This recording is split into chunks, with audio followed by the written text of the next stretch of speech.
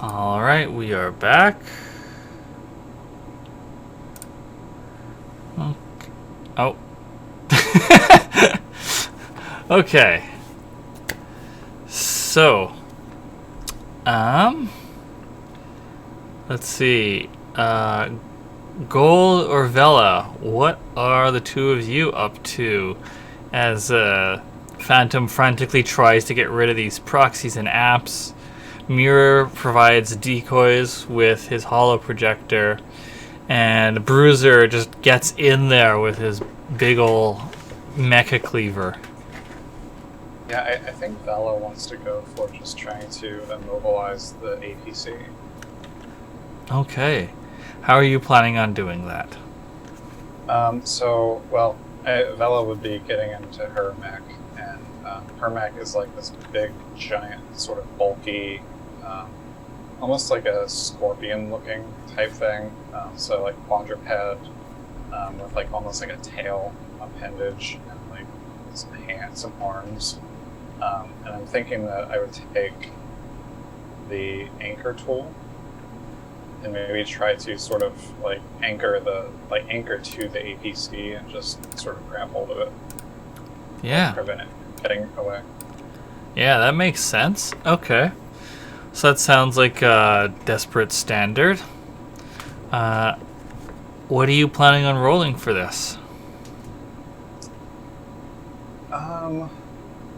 So I know I don't have anything in it, but I guess that would probably be like manipulate. It could be. I could also see an argument for battle, if you're so inclined. If you're sort of like using the harpoons like a weapon instead of. Yeah, I could go for that.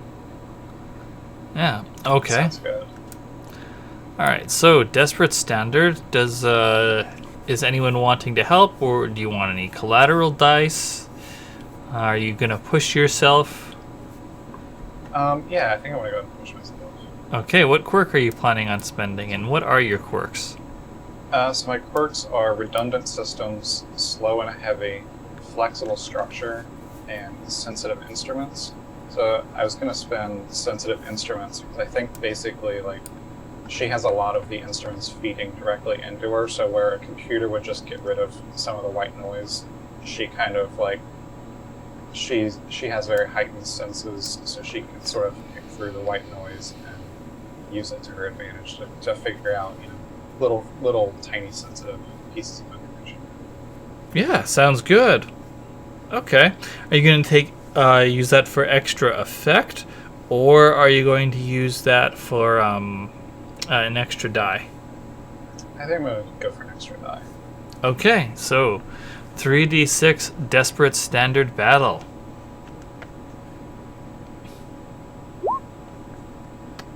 Five. Okay. So desperate. Yeah. So what does your grapnel anchor system look like? So I think it fires like out of the if you're imagining like a mech that sort of looks like a scorpion, like it'd be like out of the pincers. And so I think it is like tiny sort of javelins. Like I think at the end it's almost like a net with spikes on it, just kind of tethered to like a really long cable. Yeah. Okay. All right. So yeah, like a net gun kind of with spikes to dig into stuff. Okay. So. All right. Yeah, you absolutely get the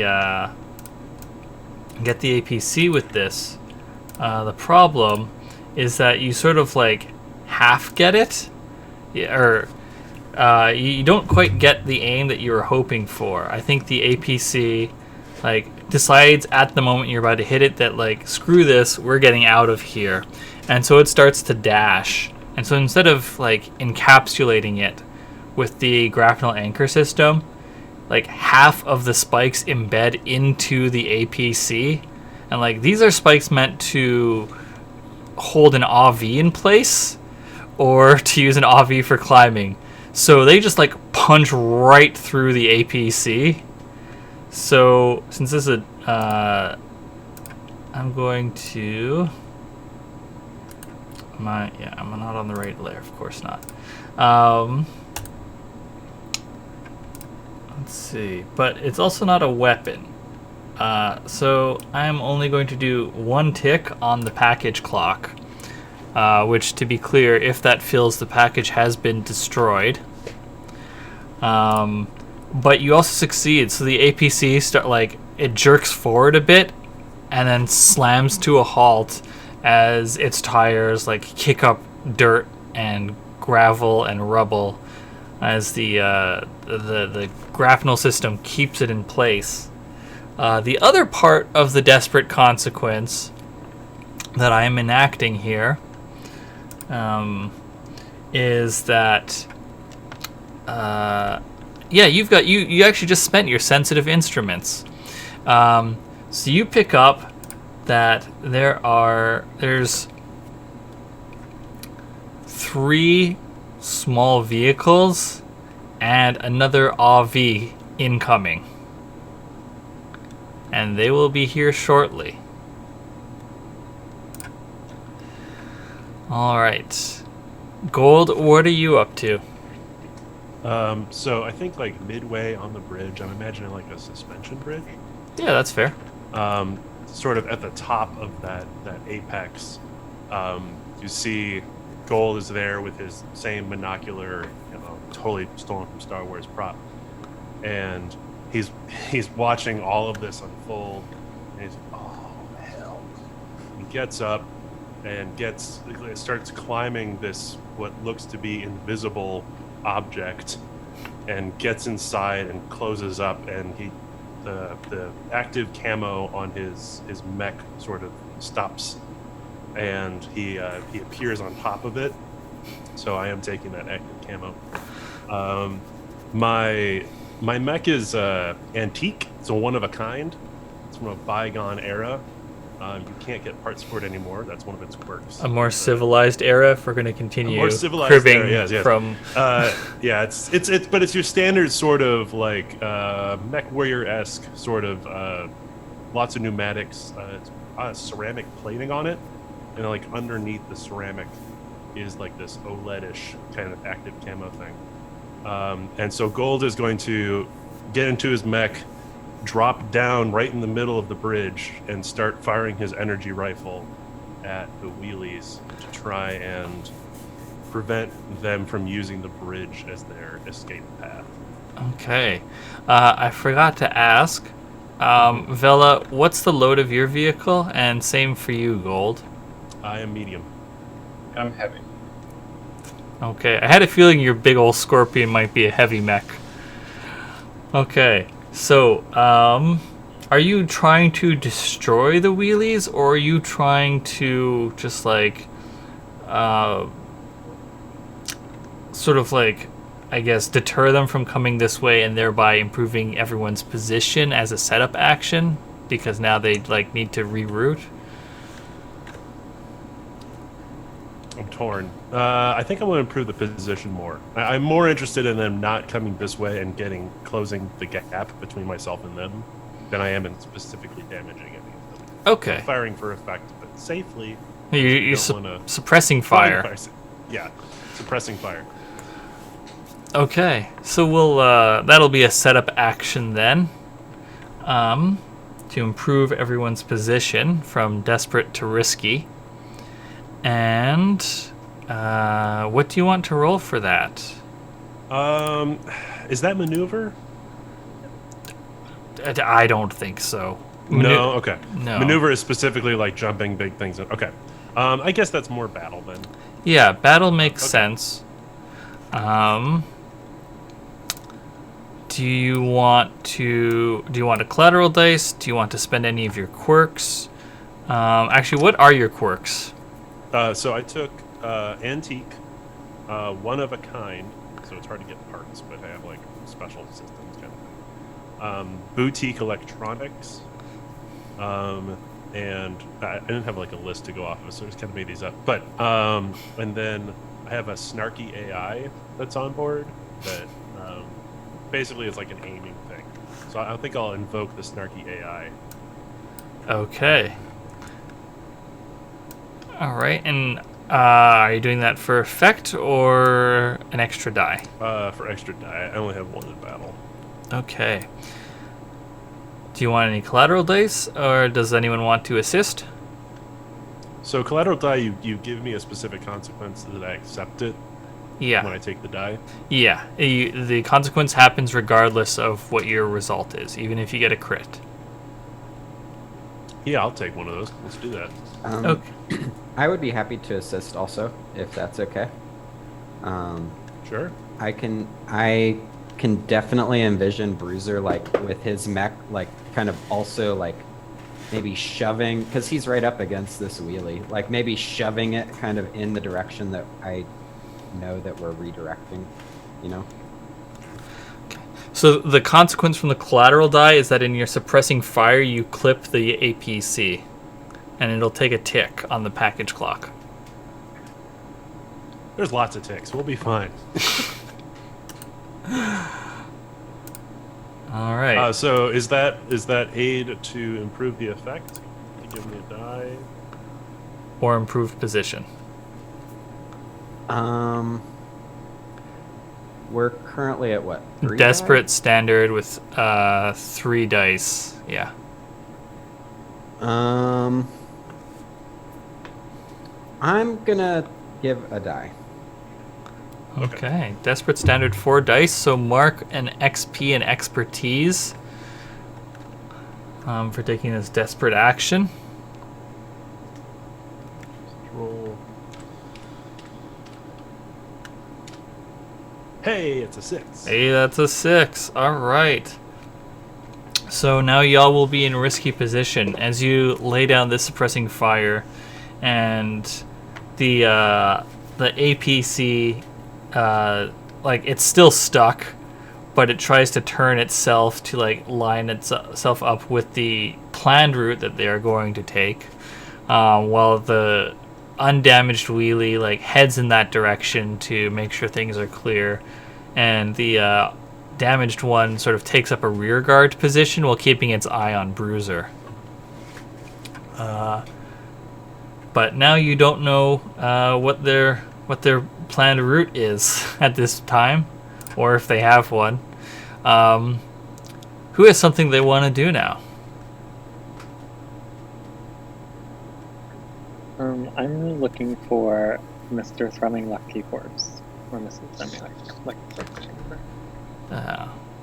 Okay, so he's presumably in one of these, either in the APC or in one of the 2 wheelies. He didn't get that. Yeah. I was hoping for a good neck-on-neck battle.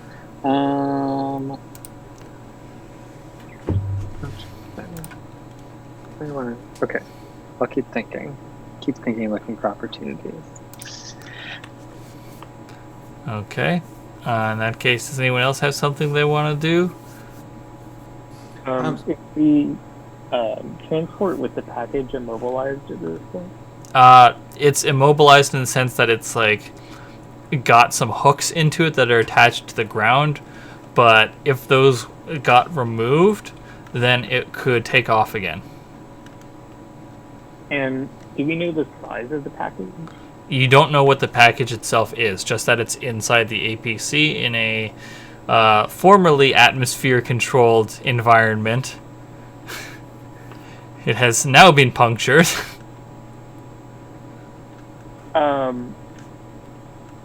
Could I try... So I'm not in a mech yet. I'm wondering if I could kind of run over to this APC and try to determine the size of the package, and if it's something I could extract myself, or just kind of get a better read on its dimensions and everything like that. Sure thing. So the APC like doesn't have any windows on it, so you'd actually have to open up the APC to get eyes on the package. Okay. And there's people inside, I presume? I think from the information you gathered prior about the APC and the package, you know that there's like a driver gunner compartment sort of like in the front end, and then there's the cargo space. There is a way to move between the 2 of them inside of the APC, but they are like separated. So you can access either one. And there's like a door on the back. There's like a loading ramp / door that hinges down on the back of the APC. And then the crew compartment has like a hatch on top that opens up. That flips open on top. Okay. Yeah, I would like to try to get in there undetected and take a look. Okay, into the cargo compartment? Yeah. Okay. What do you want to roll to try and do that?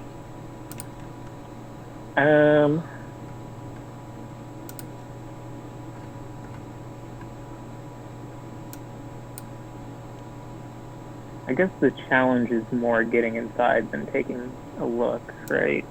So Yeah. It's about getting inside of the APC or opening it up.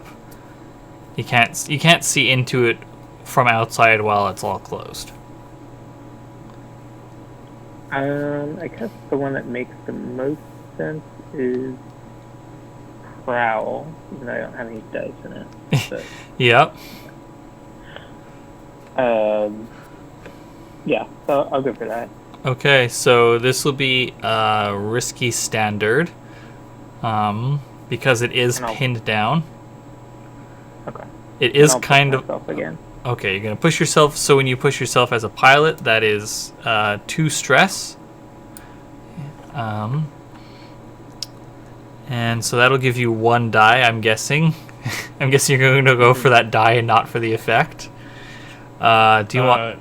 Go ahead. Is there a war story that I told you while you were holo transcribing all my old war stories about one of my heists that maybe you picked up on? Is that a flashback? Yeah, I'll take some stress to give you another die. yeah. That'll be a one stress assist. I don't think you need to spend any on the flashback. You've already established that you prattle on about those. Yeah, they're probably broadcasting still during all this chaos, and maybe I hear part of it and get inspired. Okay. Are you going to put that towards dice, effect, or position? What's my position in effect again? Risky standard. Okay. I think I will take the dice. I'm at 2, right? Yep, that'll put you at 2 if you take the die. Okay. Let me see if there's any items I can use.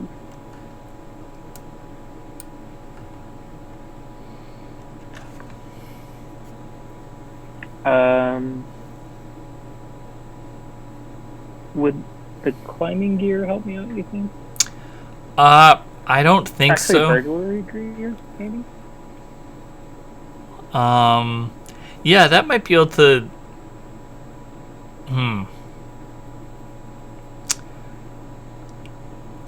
Yeah, sure, I'll allow that. That'll help you get into it faster.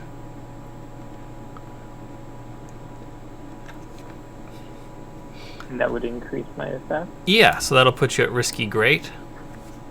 Okay. I am going to roll it then.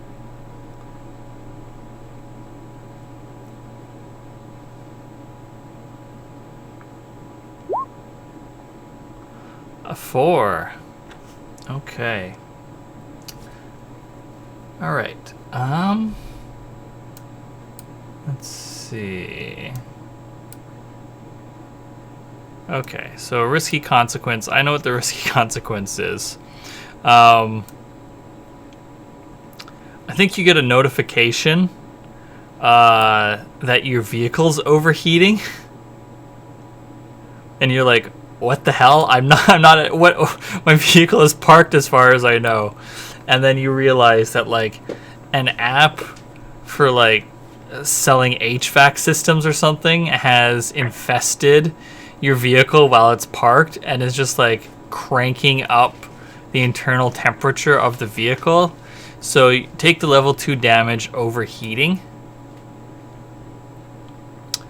to your vehicle. But you get to the APC, you like run across the like rubble strewn street, and like the streets here have like destroyed cars and stuff.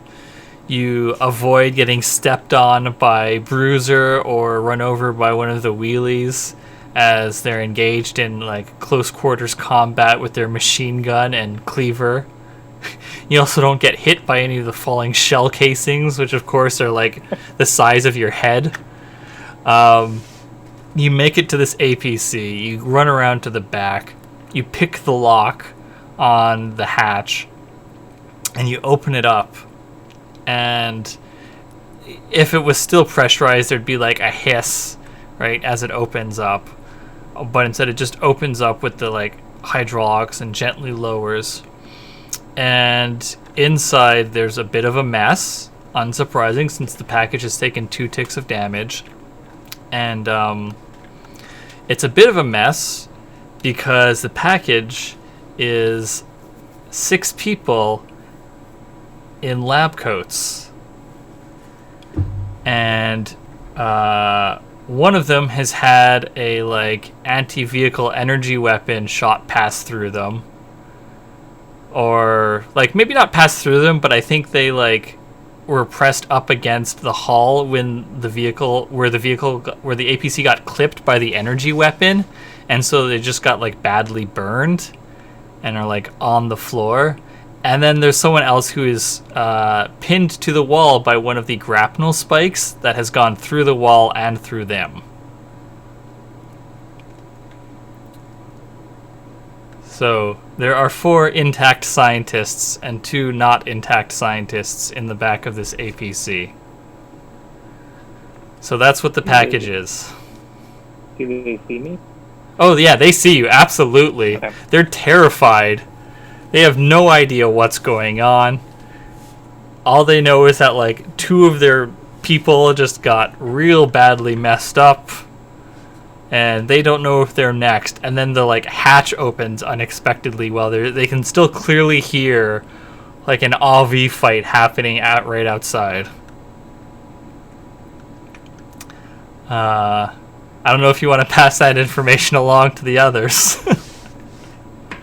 Yeah, I mean, I'm probably a little bit panicked at first because it's a pretty alarming sight. I kind of expected an inorganic thing, perhaps, to be in here. But yeah, I panically send out the message over comm. Okay, so you all now know what the package actually is and what it means that it's been damaged. So, who has something that they want to do? I have an idea. I think I'll land my poor mobility suite. I'll turn it off. But I'm gonna land and like dismount, get out of my mech. Because after hearing this, that there's people in there, I'm gonna go help. Phantom like gather them and corral them and calm them down, maybe. And maybe I don't know. Go from there. Yeah, get them more amenable to being moved by y'all. Yeah. I think like approaching. Are you fully inside, Phantom? The APC? Yeah, I've probably climbed all the way in. Yeah, then I'll like climb in behind you, and I think you just hear me say like, "Holy fuck!" Have you talked to them yet, Phantom? Probably when I got in there, I asked like who was, okay and still alive, and who was injured, and just tried to get a sense of the state of everyone, except for the ones that were obviously dead. I'll like kind of whisper to you, like, Phantom, do you have room in your mech to take them? I should. It's gonna be cramped though. To be clear, if you want to try and take this many people into a mech with you, someone is going to have to declare passenger space / cargo space as a point of load. Alternatively, you can drag the APC along. That seems like a lot of work. Or steal the Definitely APC. got room. can also steal it. Yeah. I'll like turn to the 4 remaining scientists, and I'm gonna use my best personal admin voice to assert control over the room. Everybody, please calm down. We're here to escort you all out of the conflict area. No need to panic. This was expected. We have a plan in place. Okay. What do you want to roll for that? Oh, I'm gonna roll sway. I'm trying to be real charming here. Yeah. All right. This will be risky standard, unless you have something that improves that. What collateral do you have? Though my collateral is that the other, the vehicle and the other the other mech and the other 3 vehicles show up. Oh, absolutely, I'll take it.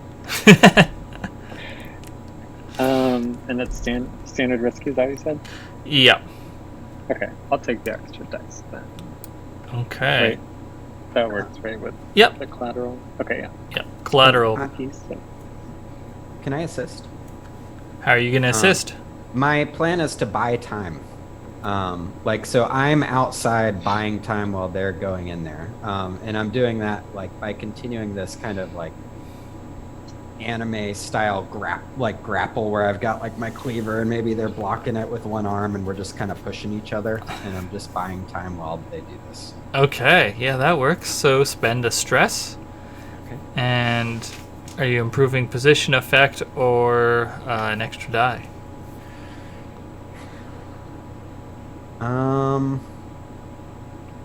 Let's say effect. Okay, No, so yeah, effect, yeah. all right, risky great with 3 dice.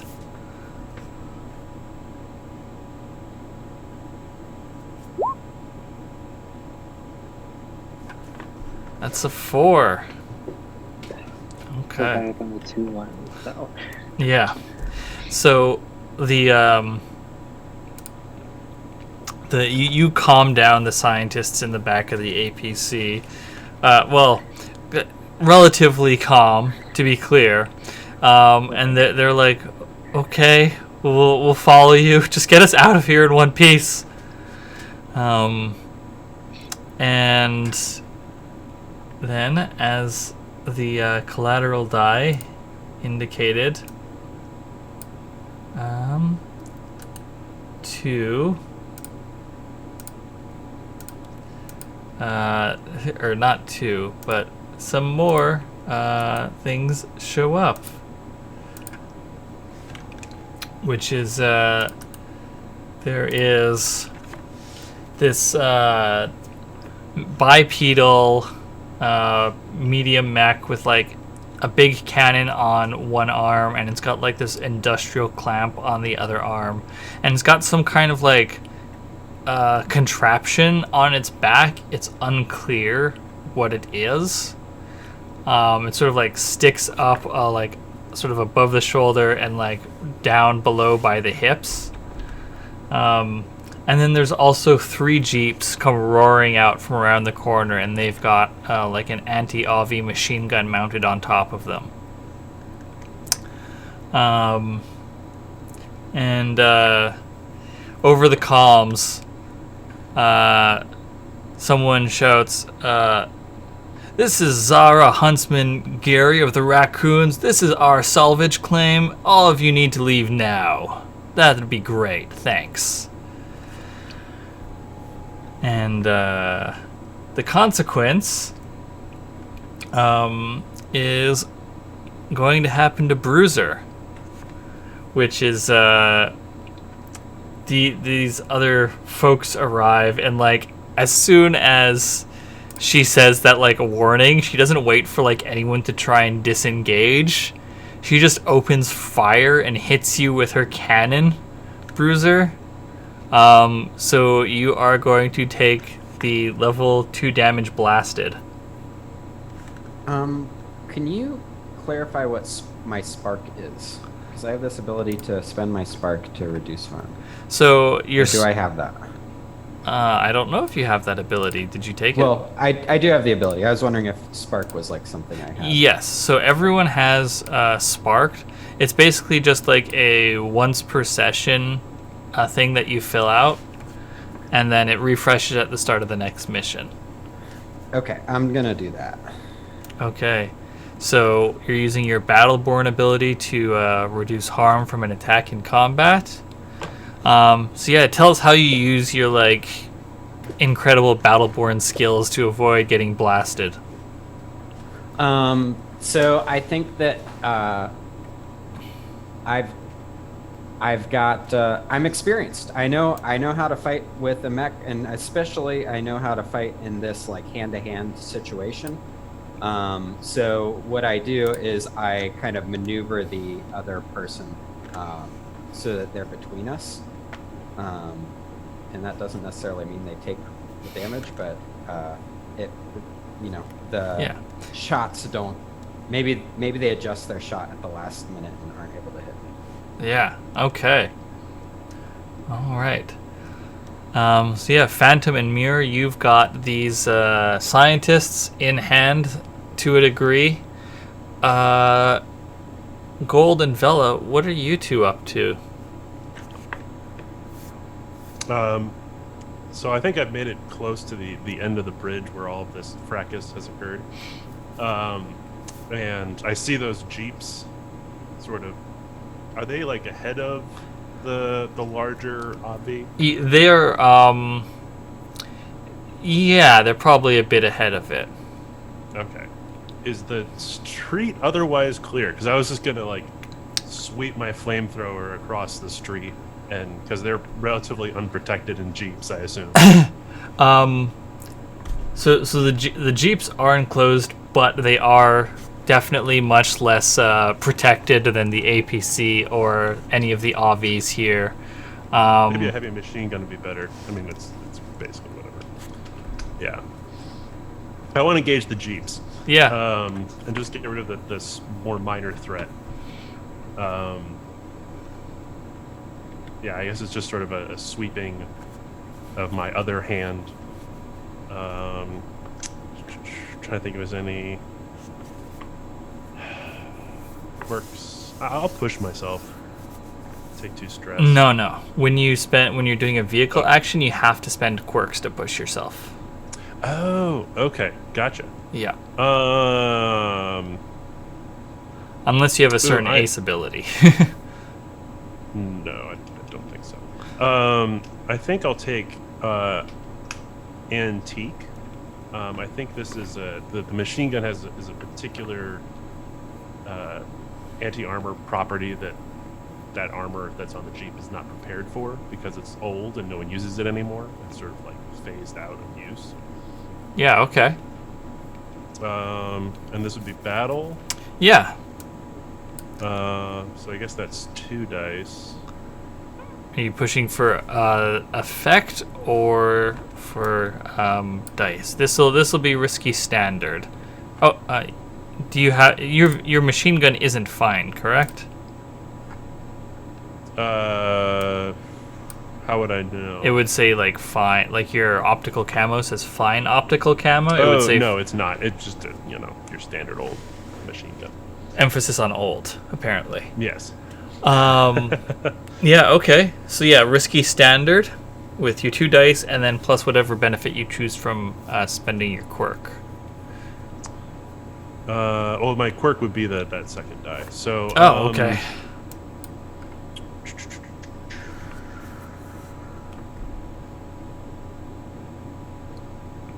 I'll use it for effect, right? That will increase the amount of damage I do on the Jeep's clock. Yep.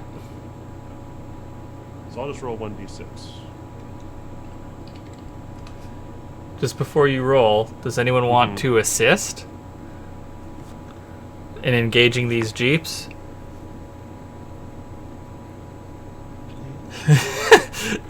That sounded like a no, maybe. Before I rake fire through the city for no reason. Okay, sounds like... I'm on my own. All right, I'm good with that. Hey, it's a 5. All right, so great effect. So that's 3 ticks on the Jeeps. You just like tear through one of them. The armor-piercing properties of your old ass gun just blows right through one of them, and it just like flips over and is toast. You clip another one, and if it was another type of machine gun, it would have like ricocheted off the armor because it was just like a glancing blow. But it just like punches right through the Jeep, and it's like badly damaged, but still fighting. I think with that, you get the Jeep's attention, unsurprisingly. And so the two remaining ones, they like swing around the fight, and the turrets of their the anti-AV machine guns turn to you, and they light you up. So take the level 2 damage.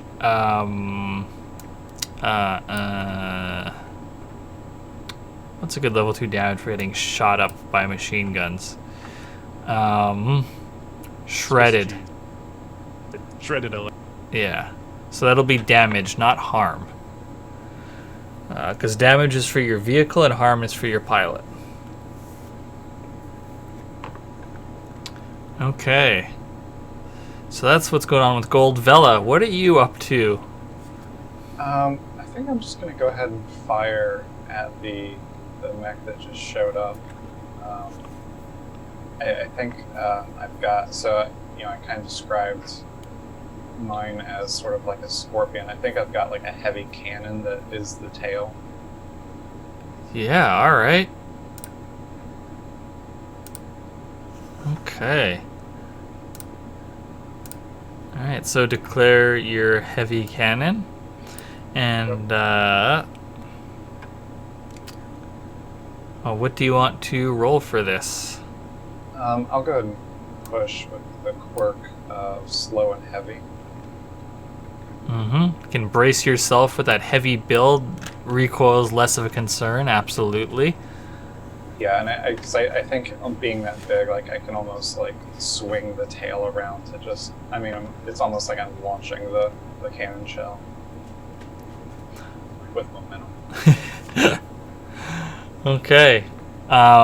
So this will be risky standard. And you're rolling battle, yes? Yeah. Okay, are you going to take, since you're pushing yourself, you're taking an extra die or effect? Maybe to take an extra die. Actually, no, I will go extra effect. Okay, risky, great. On 2 dice, shooting the wolf mech with a cannon. Can I assist? How are you I think gonna I do have it? a targeting laser. This is like it's something that requires 2 of us to operate. I have to help guide it. So while I'm, shooting the machine gun at the Jeeps, I've like shot a IR laser at the big mech that's coming. Okay.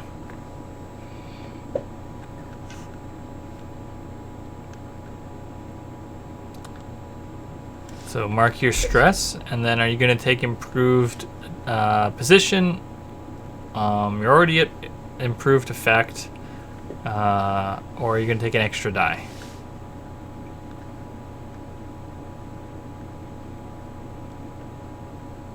Do I decide that, or does Robert decide? Sort of 6 of one, half dozen of the other, right?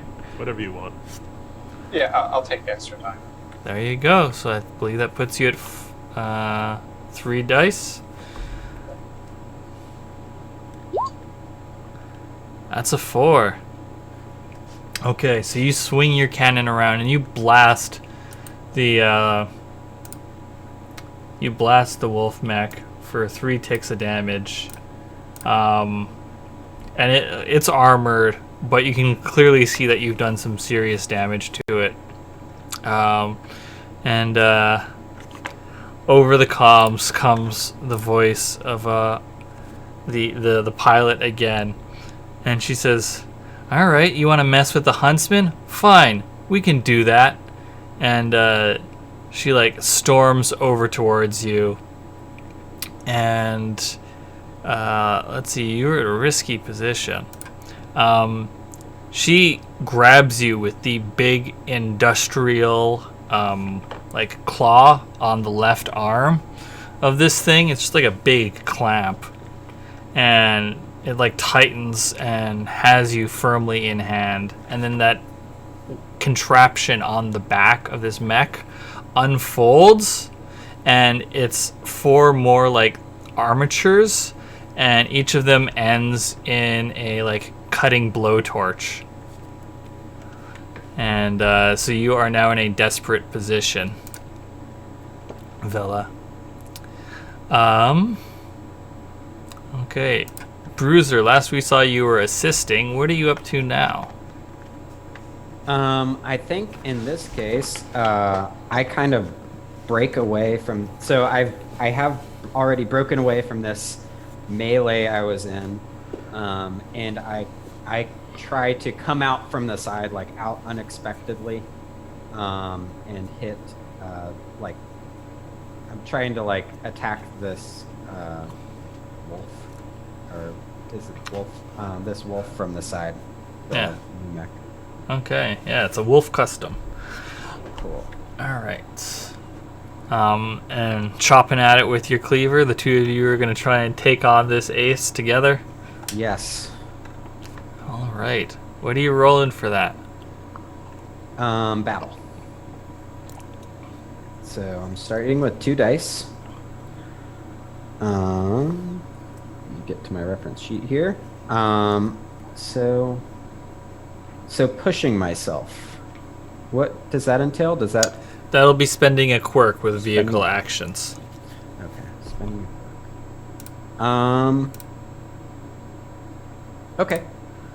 Yeah, I'll spend a quirk to push myself. So it's my multi-use design, so I'm using my offhand to like, I'm trying to grab it, while I use my main hand to like hack at it with this tool. Okay. Okay. Anything else, or should I just go for the roll? Anyone want to assist with this? Yeah, I think I want to assist and like almost try to distract the wolf mech, because I want to use my fine broadcast system to basically broadcast a message out, like a warning message to say like, you need to stop what you're doing. We've already damaged the package.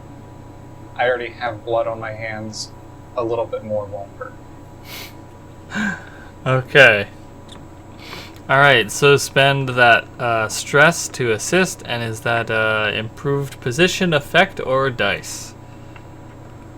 I think dice. All right, I think that puts you at 4 dice, right, Bruiser? Yes. Yes. Okay, so risky, great, because you've got the fine melee weapon. Awesome. Okay, 46. Yes. Hey, that's actually a crit. You can see that you got 2 6s. Oh, wow. And it was on great. So when you crit on great, instead of... Because normally when you crit, it bumps up your effect level by 1. So you go from limited to standard and standard to great. When you crit on great, great normally gives you 3 ticks. Critting on great gives you 5 ticks. Wow. So Awesome. tell me how you destroy the wolf mech. Yeah, so I think that it's this like really messy kind of grappling kind of chopping situation. Like I'm chopping off those torch arms, and then eventually, and I think I just keep going, and it's this situation where I'm just kind of like I'm just like beating on it, and I don't even realize that I should stop until like I should have stopped. Just sort of like stand up again, and there's just like one of the arms in one hand, and then the cleaver's like dripping oil and like fuel and whatever. Yeah, totally. Just absolute butchery going on here. All right. Well, Vela, you're no longer in that desperate position.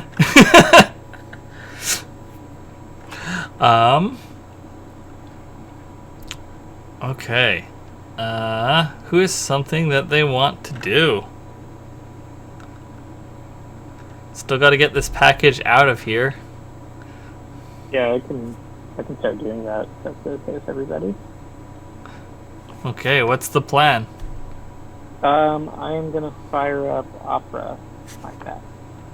Okay. So what does Opera look like?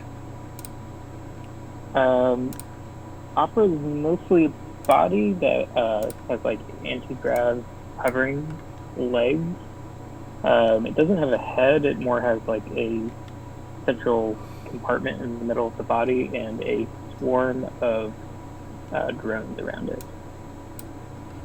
Okay.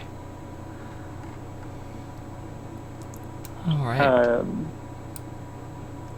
Yeah, so I'm going to try to get all these people into my cockpit, which means I probably need to declare that it has cargo space, right? Or is it passenger space? Passenger space. All right, we'll do that. I mean, you could declare cargo space and just be like, get in the back of this cube van instead of get into this minivan. I did define that Opera has a cramped cockpit, so it's probably cramped for everybody, but I can still fit them. Yeah, I mean, the passenger space can be a separate compartment from the cockpit if you don't want them messing around with your joy, that might be good. with your controls. Yeah, I got a sidecar, and that's luxurious. But So- my space is So, terrible. did you go back to get Opera, or did you declare a remote vehicle control to bring it to you? I guess I should go ahead and do that. Yeah, remote vehicle control. I think that would be coolest and easiest for me in this situation. Yeah. Okay. And what's the load of Opera? 5. All right. So yeah. So it just describe it as it approaches. Yeah, it's just kind of hovering, and from this kind of central body, all these drones start to swarm around it, and its quirks are ominous appearance. It is kind of dark looking, so it almost looks like a dark swarm of like large animals flying or something like that. It has a flexible structure, a wild machine gun, and unpredictable drones. A wild machine gun. That's an interesting quirk. Okay. I'm not gonna have. Oh, go ahead. Where was the remote vehicle control? It's a pilot gear, so it'll be in the far Oh, it's right pilot. column gear. Yeah, Okay. and it's at the very bottom. Okay, so that's all my gear. For the pilot. Great. Yep. Okay. Right. Okay. So you bring Opera over, and how are you getting the people? Yeah. How are you getting the people into this? Not just like. Because like there's different ways to do this, right? You've calmed them down. They're amenable to working with you, but now you're telling them to get into this like mech that is hot to the touch and is overheating. Oh yeah, there's probably heat waves coming off of it. Yeah, and they Probably also super weird. they also have to like cross the distance between the APC to the Opera while there's this three-way fight going on around them. I can help out with like one of these problems, I think. Because if I leave also and get back into my Mac, I have that holo projector, so I could assist by like making the area look calm. Something like that.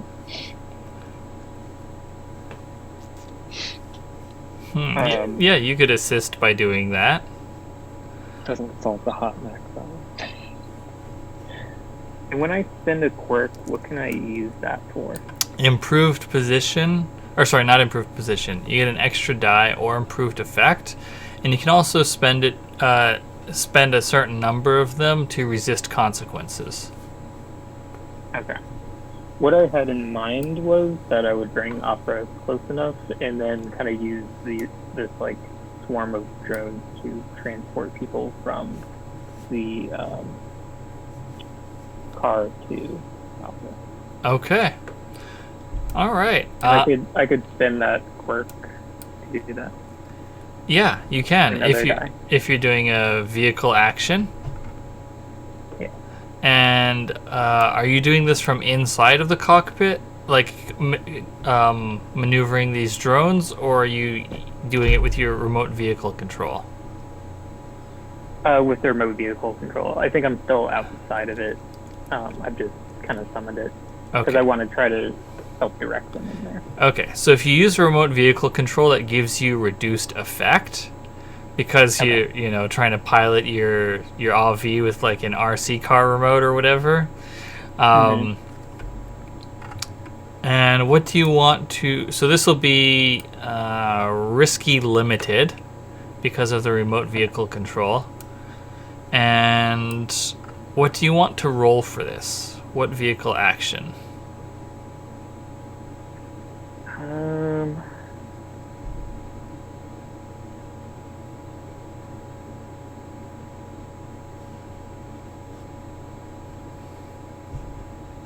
I guess manipulate.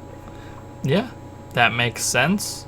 Gently maneuvering parts of your vehicle to push and cover the scientists as you herd them into your vehicle.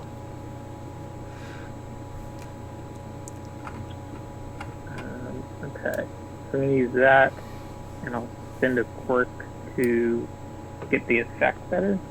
So risky standard, and how many dice are you rolling? I think I'm at 1 with mirrors assist. Okay. And I might as well push myself again to get 2. You can only push yourself once, and you've already done that with unpredictable drones. Oh, I see. Right. Yeah. Okay. If you want another die, I can offer you a collateral die. Yeah, let's hear what it is. Okay. Let's see.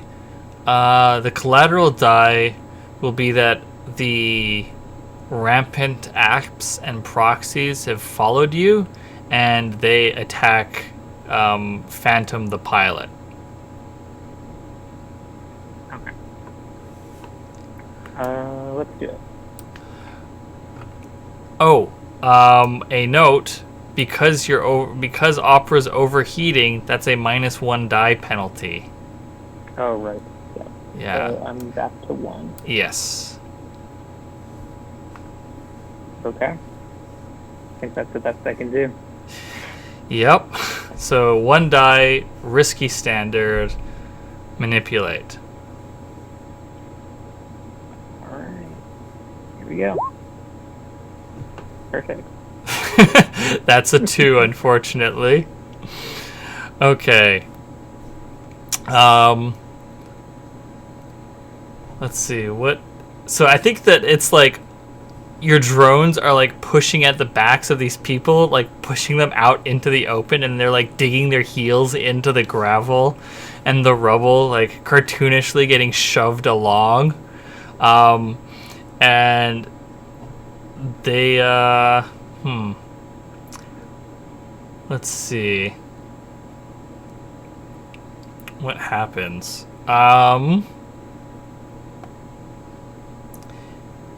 Yeah, the apps and proxies have arrived with Opera, as I said, and they just like swarm all around you. And Mira, you got back in your AV, right?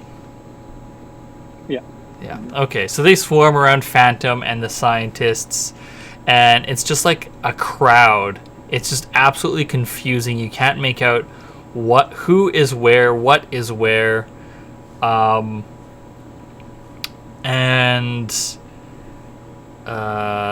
then Let's see. Can I protect a phantom? Okay. So, well, hold on. That's the consequence from the collateral die, right? Okay, yeah. The consequence from the failed roll is that the driver and the gunner in the APC realize what's happening, and so the anti-infantry machine gun on the APC turns and opens fire into the mass of proxies, and so Phantom, you are going to take the level 1 harm grazed, and I'm also going to tick the package clock once. Oh no, yeah, for sure. I want to protect and reduce one. Maybe the package clock? Wait, can I resist both of them for? Yeah, so the way that you resist consequences is that you take them onto yourself, and then you can resist them like normally. Right. So yeah, I think if I'm in my mech already and I'm trying to like establish this fake scene to help calm down all the scientists, maybe I'm able to pick up that like these weapons are turning and targeting the proxies and Phantom and the scientists and all that. So I want to try. I'm gonna just try and move and like. I'm just gonna try to move my mech like in the way. I want to block their shots, I think. okay. I think that'll be expertise. So that's going to cost you 4 quirks minus your expertise rating to a minimum of 1. Yeah. 4 quirks, so 2. It'll cost me 2 quirks. Okay, which quirks are you spending? And how are you taking advantage of them? Yeah. So first one is I have a quirk for experimental propulsion. So I think that lets me move faster than you'd expect my mech to move. But of course, being experimental, it can short out quite easily or not work quite right. So I imagine it's almost like I'm probably like blinking, making my mech go from like almost a kneeling position to like standing in front of the crowd. And then the other one,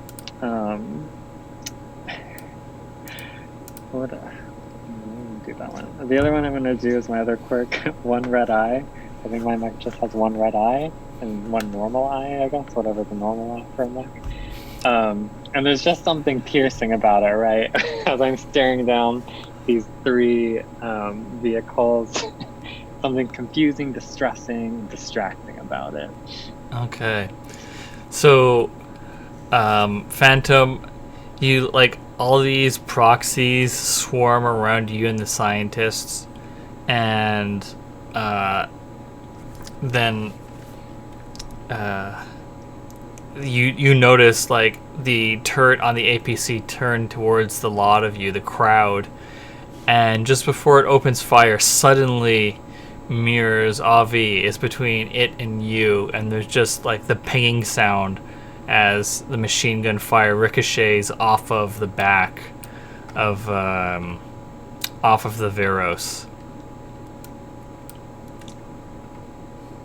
Teamwork. At this point, I'd love to do a flashback to when back when Bruiser and I were at the other city, and I placed explosives on the wheelies before they deployed in a I don't know, a very covert way. So as the mech jumps between the machine gun, suddenly there's just an explosion behind. Okay. That's going to cost 1 stress just to do the flashback. I actually had a question about that, because I have filled my first, what looks to be my first block of stress. What does that do? It's just it's not actually like a mechanical block. That's just the way that the person who made the spreadsheet made it to show that it's like sort of increasing severity. If you fill all of your stress up, then stuff happens and you get a scar, and so you would write one of the scars into one of those open spaces. Okay. But yeah, it's not like for every 3 stress something happens. So yeah, 1 stress for the flashback. This is definitely risky in the flashback. Mm-hmm. What do you want to roll for this? Would that still be prowl? Or is that more, I don't know, engineer? Or is that wreck? It could be any of those. I think it depends upon, like... I think prowl will give you reduced effect. Okay. Because reduced effect, but yeah, okay. Yeah, because you're like less knowledgeable about where to put the explosives on the wheelies, right? Right. As opposed to engineer or wreck. You're busy focusing on not being noticed. Well, I'll take the decreased effect. Minus 1 explosion. So can I push myself with that as well? Yeah. That's not a quirk, right? Because that's a out of. Yeah, it's a pilot action, so you'll spend 2 more stress. 2 more stress. Yeah. So this will be risky limited unless you're pushing yourself for effect. I'll push myself for effect. I'll roll 2 and take a standard effect. Okay.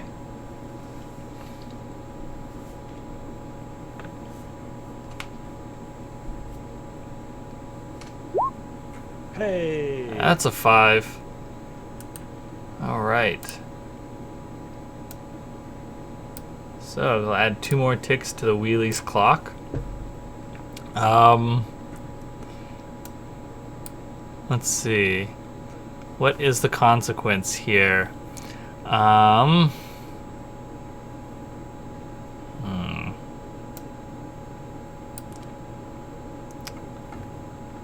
taken my attention off of the jeeps. Well, this is a flashback, right? So the consequence presumably... Oh, yeah, true. Yeah, would have happened back then.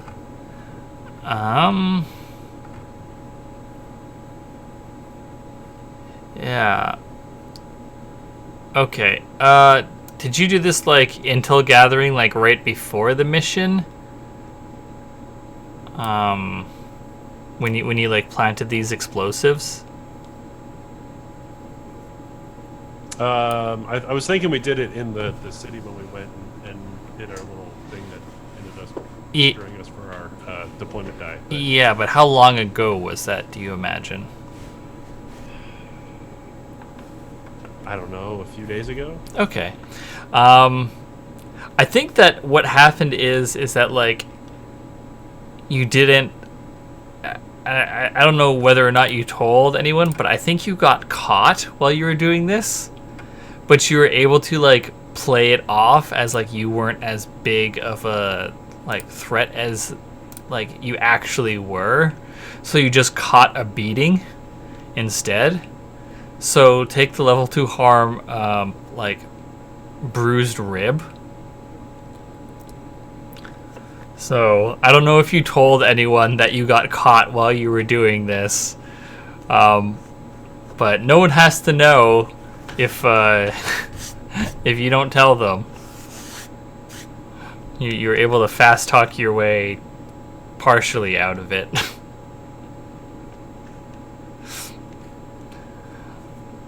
Okay.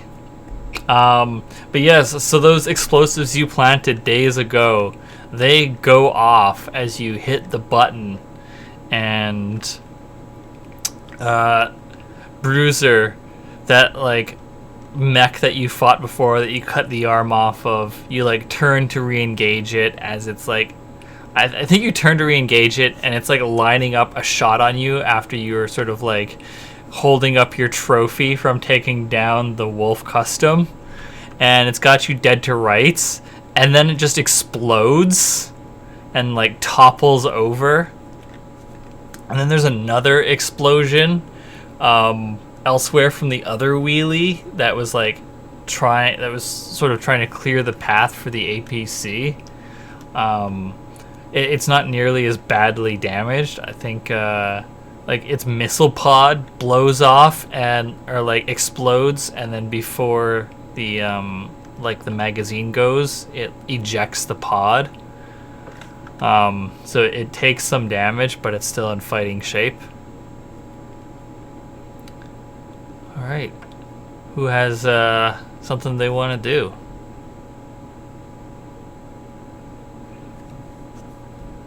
Yeah, I could just fire my cannon again at the remaining what's left of the wheelies. Finish them off. Yeah, okay. Take out that last wheelie. All right. What do you want to roll for that? Battle. Firing the heavy cannon again. Yeah, so is this just like you planting your vehicle into the ground once more and aiming that tail? Yeah, I think now that I'm free of the wolf neck grabbing onto me, now I can fire the tail again. Yeah, all right. What do you want to roll for this? I'm gonna roll battle, and I think I'm gonna push myself with the quirk of flexible structure, because I think maybe I kind of get myself lower to the ground to fling it better at the wheelies. Okay.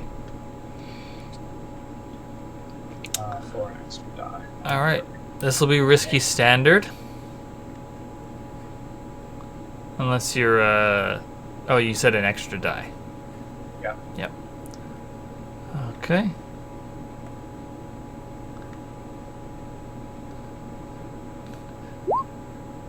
Hey, that's a 6. All right. Yeah, so you fling your shell at this wheelie, and it's like just regaining its balance after ejecting the missile pod and like having that explode near to it, and then you nail it in the torso, possibly right in the cockpit, because it doesn't so much explode as it just falls to the ground like a puppet with its strings cut.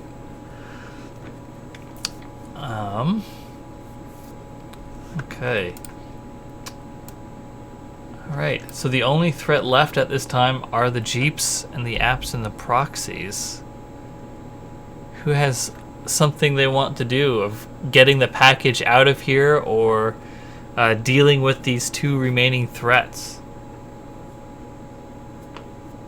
So I was thinking that what I would do is I would like throw the arm of the Wolf Custom at one of the jeeps and try to draw their attention, and then my plan is to kind of like lead them away. Okay. Yeah. To try to give everyone else a little bit of breathing room so that they can maybe escape or do something else. Yeah. What do you want to roll for that?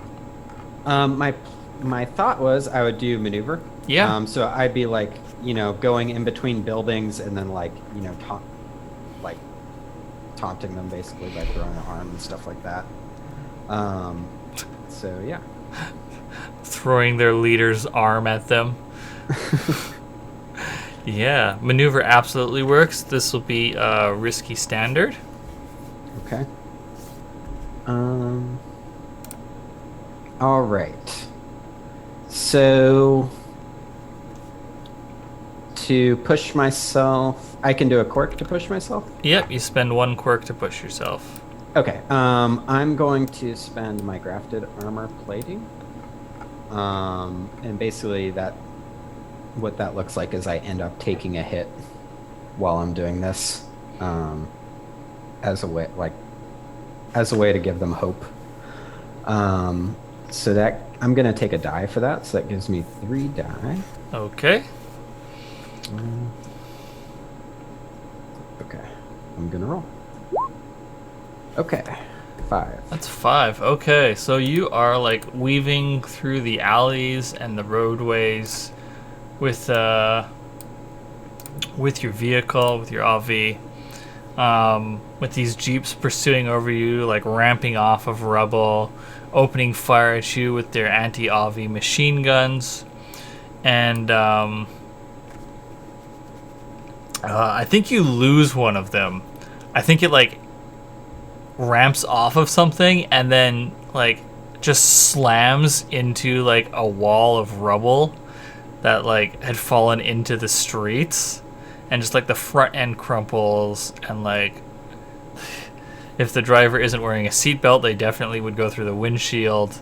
And the other one though keeps pace with you, and it just rakes you with machine gun fire. So take the level 2 damage wholly with an E. Unless, of course, you want to resist that in some way. I don't know if you still have the load for armor, or if you... You know what? Yeah, okay. So I'm going to spend my last 2 load on armor. So all your vehicle is just a lot of armor and a cleaver. Yeah. Great. Okay, so I've marked off the armor and the gear, and then I also marked off a use of armor. Great.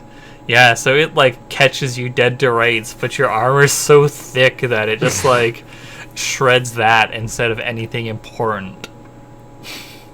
Awesome. Okay. So the scientists are out of the vehicle. Yeah, they're out of the APC. They're like huddling near it as Phantom is like overlooking them. But the problem is that they are swarmed and lost in this crowd of proxies.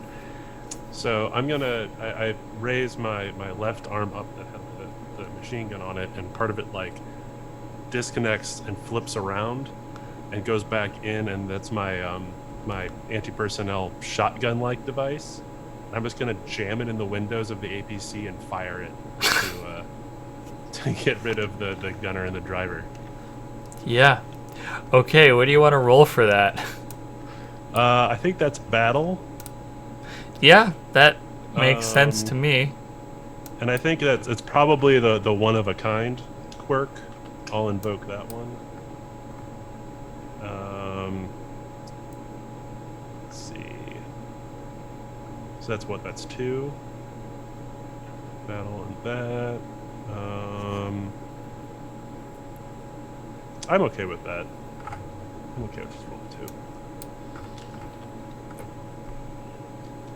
2. Hey, it's a 5. It's 5. Okay. Let's see. What is it that happens here?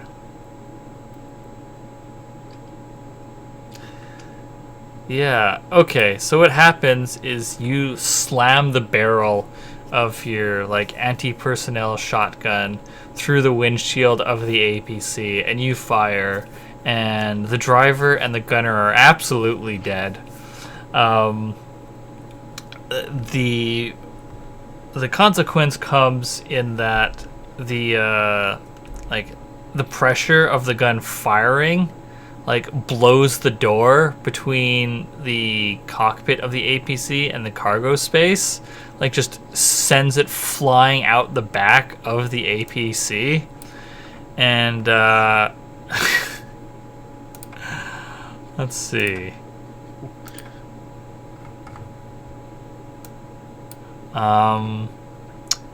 Yeah, Phantom, I think it clips you. So you're gonna take the level 2 harm, broken arm. As this like, how heavy would that door be? The door would probably be like at least 30 pounds, right? As this heavy metal door just comes flying out at like a terrifying speed out the back of this APC and just clips you, and it breaks your arm. So does anyone want to resist that?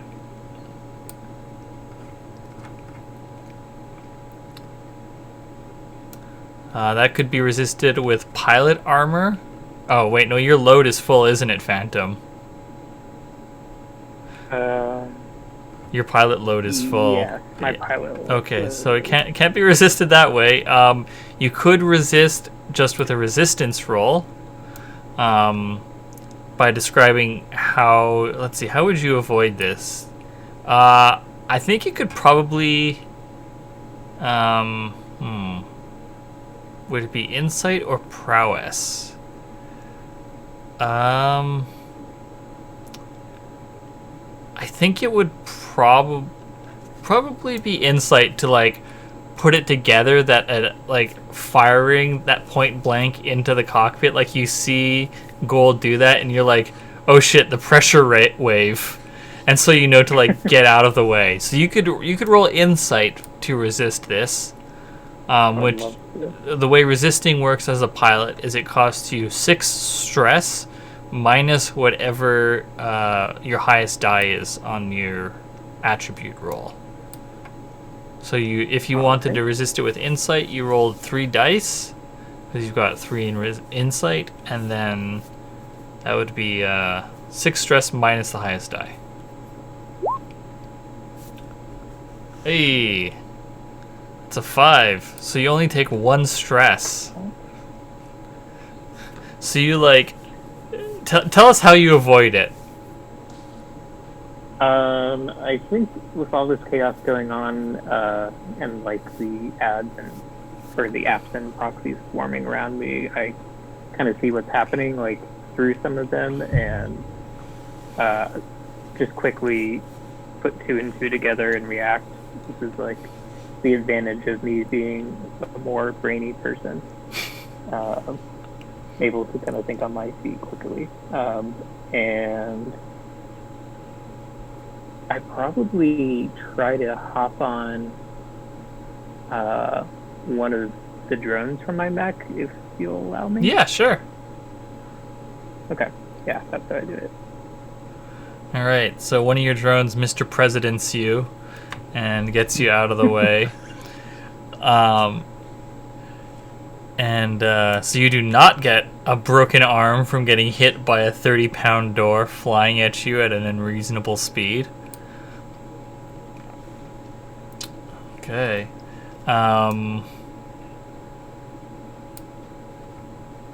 So that's the driver of the APCs taken care of. Let's see. So who has some way of getting the package out of here that they want to try and enact as they're like lost amongst the crowd of proxies? Phantom, you could try your recursive data projector again. You still have that. Yeah. Yeah, I'll go and do that. How is this different from the last time? I think it was just taking a long time to fire up the first time, and we were reacting to the situation. But now it's ready to go. And I can also try a few different methods I didn't try the first time. Would I be able to use ads and AR against apps and proxies? Like, can I use AR against apps and proxies, or do they... Yeah, you absolutely can. You can fight them on their own plane of existence, so to speak. So. Cool. I think I will roll interface, and I would like to push myself and use my ability to create an AR storm. Okay, so spend the 2 stress to push yourself. And so you're using Tesla then? Yeah. Okay. What's this AR storm like, and what kind of an effect is it supposed to have on the proxies and apps? I think it'd be kind of interesting if it made like a duplicate of them and like somehow cancels them out. Ah, okay. So they get confused about like their process is running. They think that they've already run, so they just cancel. All right, cool. Okay. So this will be risky standard. With your interface, are you pushing for effect or for an extra die? I was thinking an extra die. Can the data projector give me better effect or no? Or is that as good as it gets? I think your data projector is giving you the opportunity to take this course of action. Gotcha. Yeah, I'll do the extra die. Okay. So, risky standard 3d6 interface.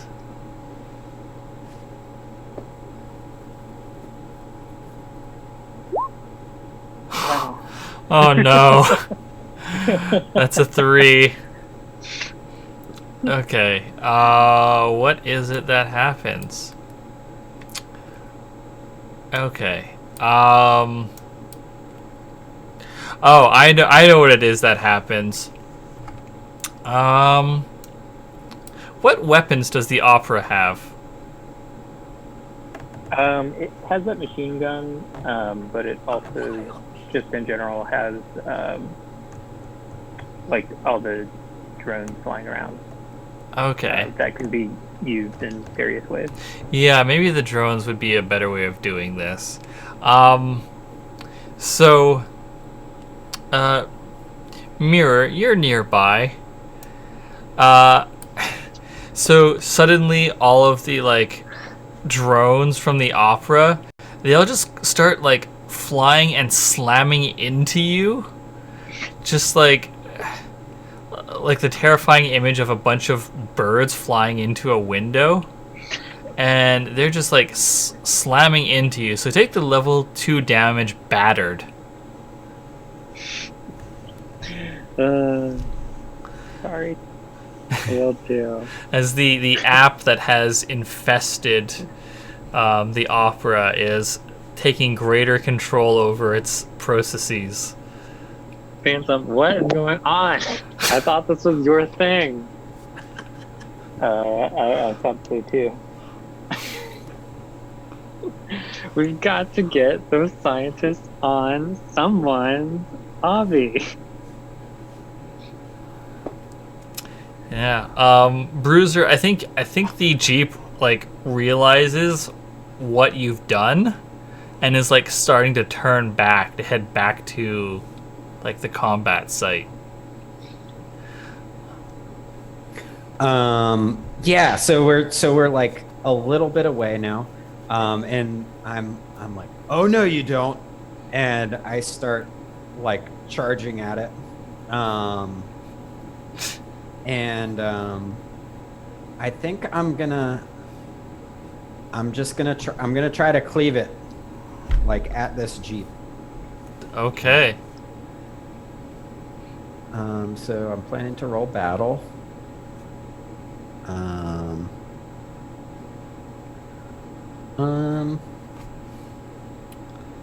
What kind of collateral die? Is there anything here that would be worthy of that? Let's see. Collateral die is that as you're chasing it, the Jeep gets like some shots into one of the buildings near you, and it collapses onto your RV, immobilizing you. It won't do damage, to be clear, but you'll have to like get yourself out. That would be harm to innocence too, wouldn't it? With the whole mission parameters we're not supposed to do. This area doesn't really have people living in it. Because of the proxies and apps primarily, since anyone who stays still for too long, they tend to congregate around them and then try and forcibly sell them laser eye surgery. I'll take it. Why not? Okay. So I'm gonna take that. This is risky with what effect? Great, because your cleaver is fine. Cool. All right, so I guess I will roll 3d6 then.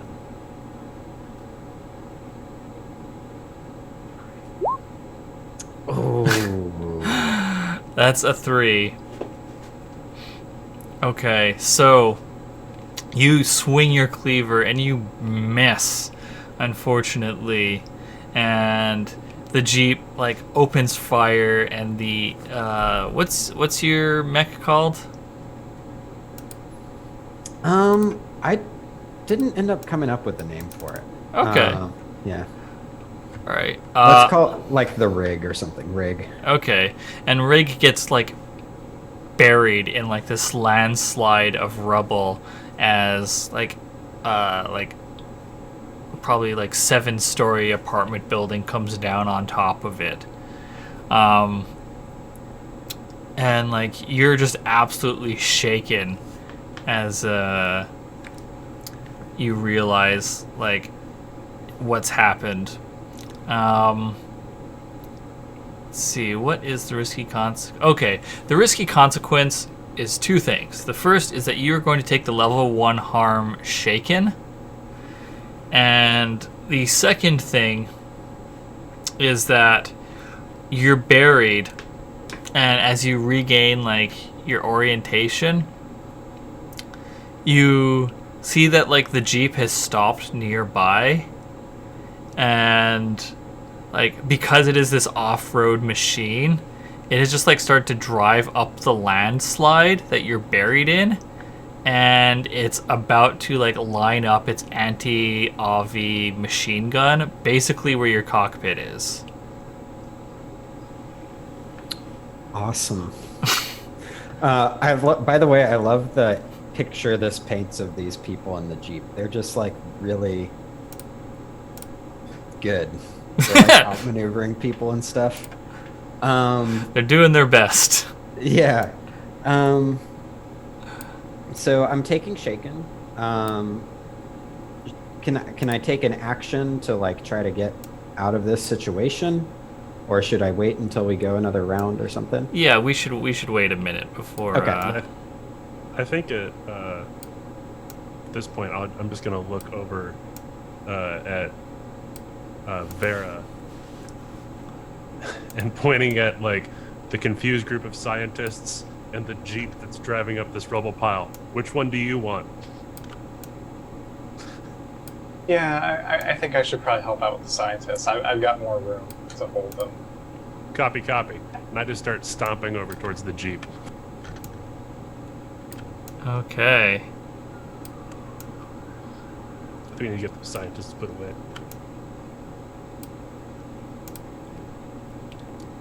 All right.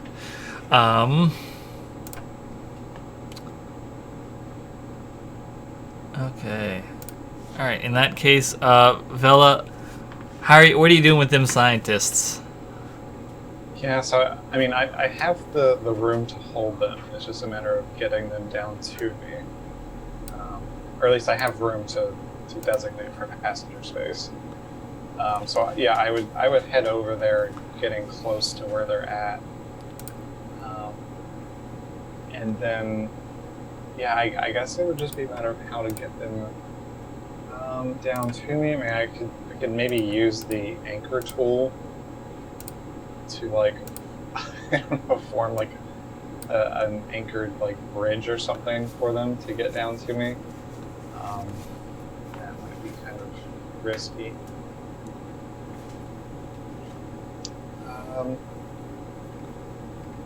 I mean, unless it's just a matter of getting as close as possible and having them kind of, use my mech to just extend up so they can just hop over onto me. Yeah, sure. So you want to just maneuver yourself into a suitable position for them to get in? Yeah. Okay, what do you want to roll for that? I mean, I think manipulate probably makes the most sense, but I also don't have anything in it. Mm-hmm. I mean, and it makes sense. Yeah, any assist would be helpful. All right, this is. I think maybe if I have a force field and intrusion countermeasure programs, maybe I could project this out and like clear out the proxies, at least in a small area. So if Bella's like landing, and I can give her that like clear pathway for the scientist. Okay. It's pseudoscience at best. All right. That works for me. Okay. So I guess that you're taking an extra die there, Vela. Yeah. Safe to say, I think. Yep. Okay. So that puts you at 1 die. This will be risky standard.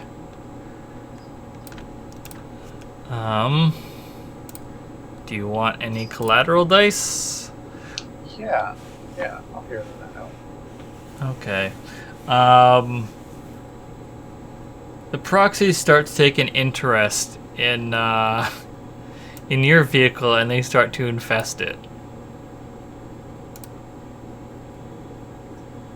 That's fine. I've got redundant systems. I can handle some proxies. Okay. So I'll take that. All right. So I'm rolling 2, correct? Yep. Oh, that's a 3. Okay. So, first up is the proxies. You're going to take the level 2 damage infested, as the I think you just start getting like a bunch of pop-up ads on the screens in your vehicle, just for like all kinds of things. You know, there's like a car dealership, there's like a pawn shop, there's pop-up ads for like a salon, just like all kinds of things. And that's like messing up your ability to see like where things are. And like one of the scientists like starts to go towards you, and I think that the scientists misread what happens, and they get stepped on. So there's 2 scientists left.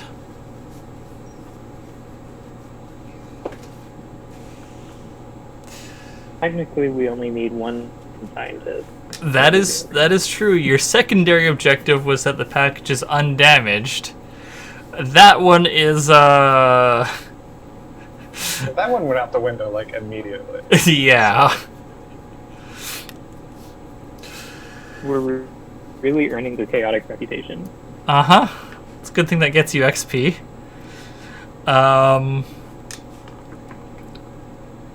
So who has a plan to get these scientists into one of the 2 mechs with passenger space, both of which are infested with rampant proxies and apps at this point? Phantom, how's that recursive data going?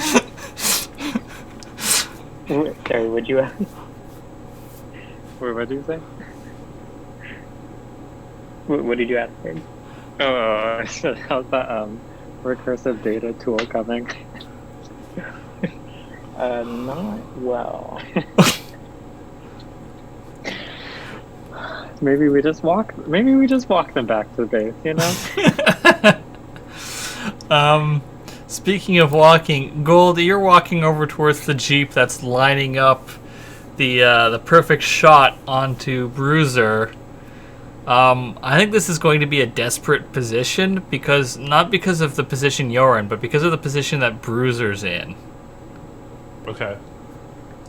How far away am I? Probably a bit of a distance. Like if you want to close to like melee range, you'd have to make a roll to get there fast enough. I'm good with that. Can I just like make him? I'm going to like just bash myself into the Jeep. I don't have any melee weapons. I've used up all of my stuff. I'm just gonna bash my full weight into the Jeep. Maneuver is what I have a lot of points in. Yeah. Okay. Yeah, that works. Yeah. And I have the light mobility suite, so I have like the jump jets. I don't know if I get that. Doesn't give me any more dice though, right? That would give you like options and or improved effect. Okay. I'll go for an improved effect. I want to actually, do some damage here.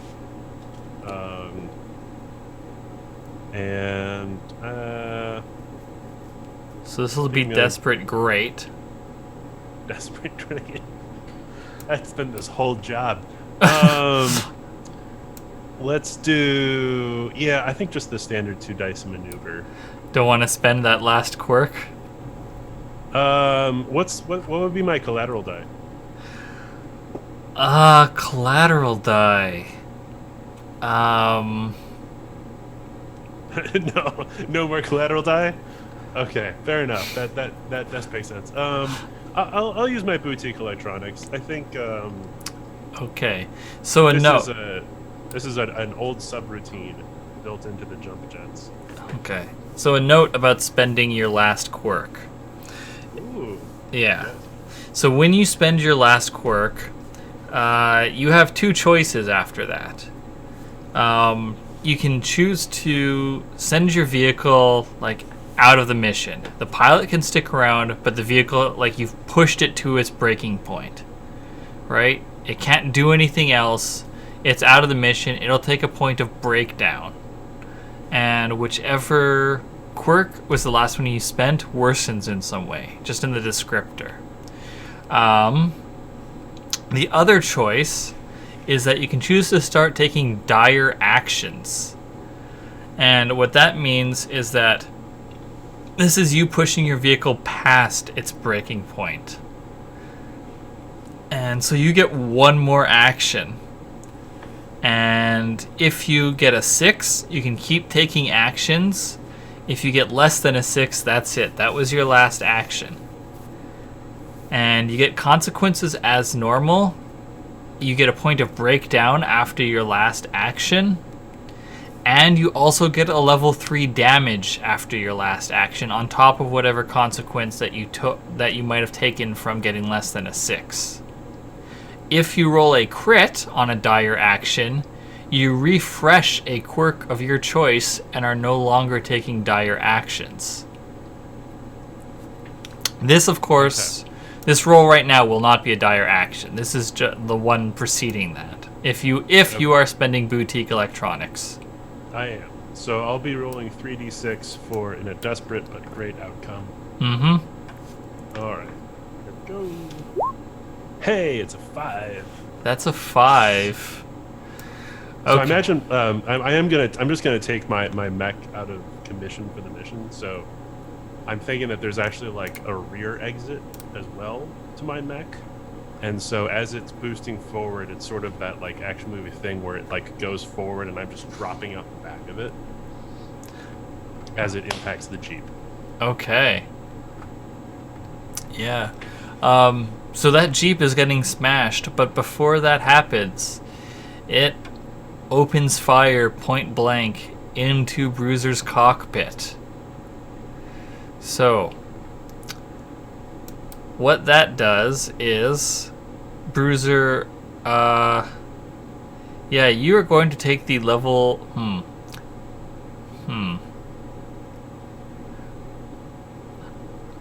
Yeah, I think you're going to take the level 3 harm, gutted. Because, like, your cockpit is just like wrecked. It's shredded as like all around you, and like the pieces of it like embed themselves in you, and it's just a bad scene. And you can resist this in some way if you want. You could resist this with pilot armor That won't get rid of all the harm, but it will it'll knock it down to a level 1. Okay, I'm definitely gonna do that. So let me see here. Pilot armor. I'm an armor guy. So I've got some sort of a flak jacket and stuff or something on inside of there. Yeah. So that reduces it by 2 and down to 1. Yeah, so take the level 1 harm sliced.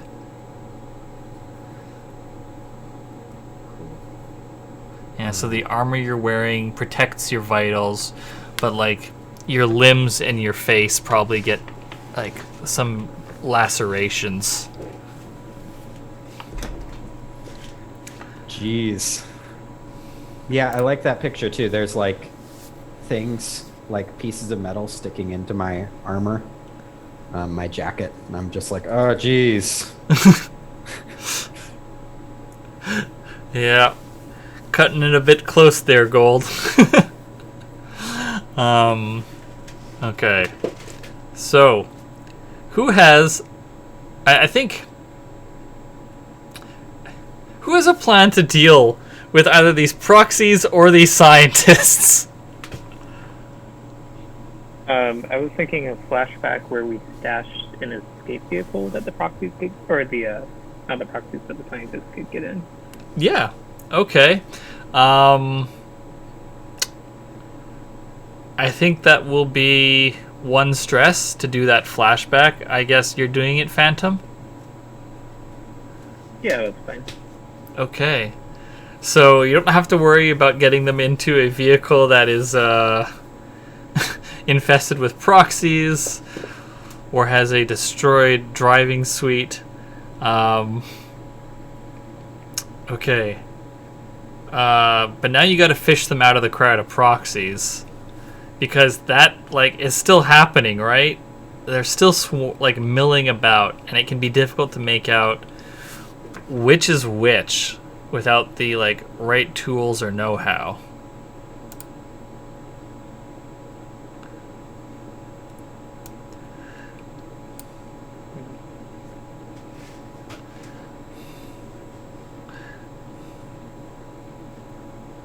Could I use scan to help me out? Yeah. Yeah, you can figure out which is the real deal. Is that the problem, that like some of the scientists and proxies are kind of mixed up and I can't tell which is which? Yeah, I think that's a big part of it. Okay. Cool. I am going to scan. I go ahead and assist. Yeah.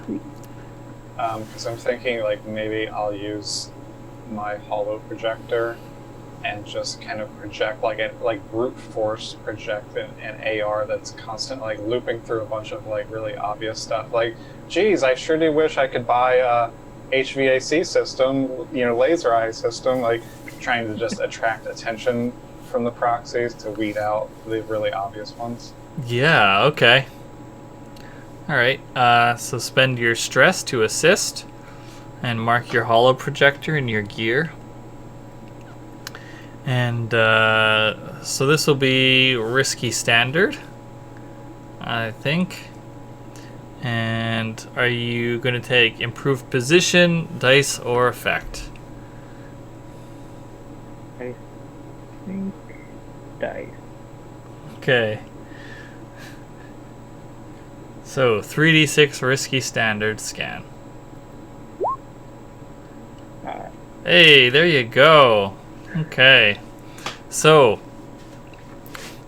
I know what the consequence is, which is that while you did technically complete the mission, your employer is displeased with how few of the scientists managed to get in. So it's actually going to cost you 2 trust with your patron, because they're like, what the shit? Or protect. This is a good one for me to protect. for my ongoingness. Oh yeah, you're resisting it? Yeah. Okay. Right. Smooth talk our employers. Okay. How are you going to try and let's see, what would it be to resist that?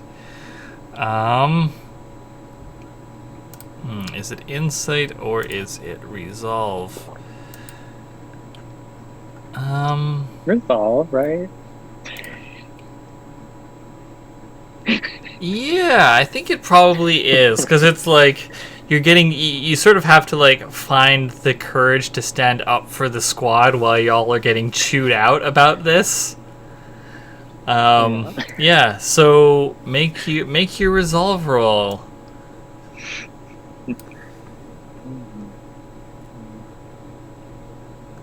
What stress are you at, Mirror? 1. I'm doing great. Yeah. That mission was fine for me. Okay, so roll those 3d6. 5. You take 1. Oh no, 6. Okay. I got You, sick. you take 0 stress. Somehow I've conned them into thinking this was the right way to do this mission all along. Yep. Yep. Okay. So, with that, I think this is mission completed. You load these 2 remaining scientists into the, like... Well, what's the escape van that Phantom... Or escape vehicle that Phantom stashed in here? Just a super comfortable van. Yeah. A minivan with a bunch of empty seats now? Yeah, but it's also like incredibly fast. Yeah. So you get out of here in your Dodge Caravan, and yeah, everyone clears out. You wrangle your various mechs that are in various states of disrepair. I think at this point, Mirror's mech is the only one that's like in reasonable working order between the proxy infestations, the breakdown, and being buried in a landslide. But you did it. Mission completed. You got out of there. I was about to say in one piece, but that is very much not true. So, do y'all want to go through the mission completed steps? This being a one-shot, we don't have to, but if you want to see what that plays like, we can do it. So, is that a yay or nay for going through it? Yes? Okay. So, we start off with reward. You take a supply roll from your employer faction. Roll dice equal to the target's tier plus the employer faction's status. So you have 0 status with your employer, which would have been -1 if Mirror hadn't resisted that consequence. And the target was tier 1, so you're rolling 1 die for your supply roll. So who wants to roll that?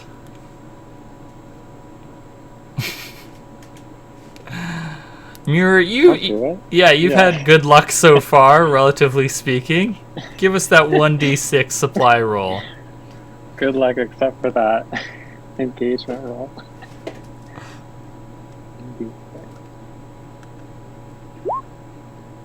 It's a 4. A 4. Okay. I will help y'all keep track of this. So, you get 4 supply points. 1, 2, 3, 4. Alright.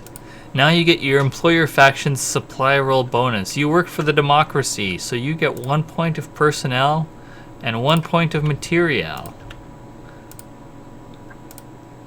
So, now you have to assign your supply points as material or personnel. Material is generally related to your vehicles, and personnel is generally related to your pilots. So how do you want to split your material and personnel? Note that you max out at 4 at this point because you don't have the storage upgrade. Just don't have the facilities to keep too much of any one type of supplies. So how do y'all want to split it? My vote is 2 each. Yep. Yeah. All right. So you've got 3 material and 3 personnel. Okay. And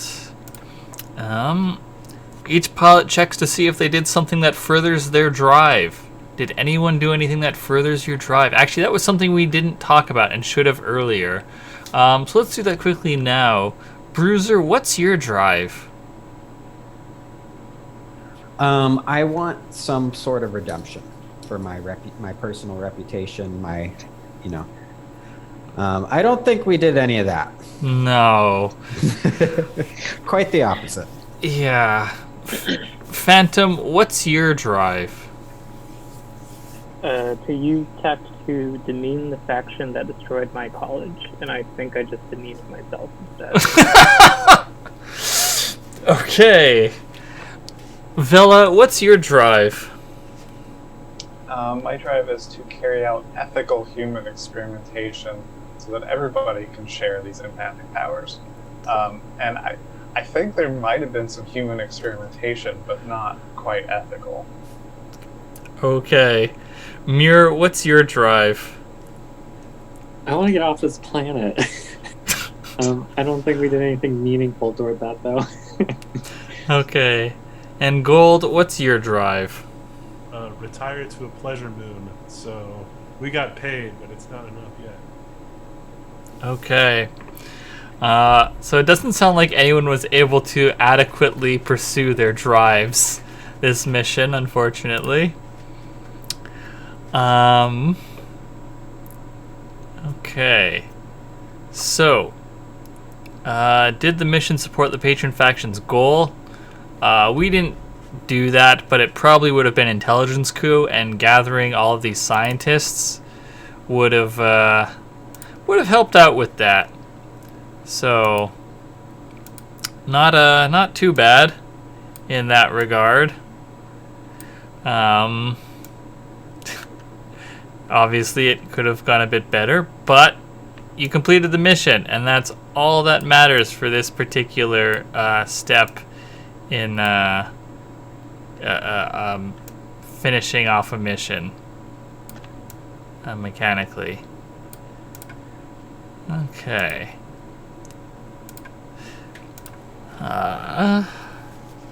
So then the squad earns 2 rep plus the difference in tier. Y'all are tier 0, the hatchet men are tier 1, so you get 3 rep. So 1, 2, and a 3. Alright, so that is the extent of your rewards. So now we would go through trust. So if a squad benefited from the mission, consider giving +1 to that squad's status. So the 99th Intelligence Corps, they benefited. You got them some scientists. So you would get +1 with them. And then you write a descriptor describing what they think of you. So what do the 99th Intelligence Corps think of you? It should be something positive because they like you. It might be something as blunt as useful. But it could be something else like dangerous. Thorough. Interesting.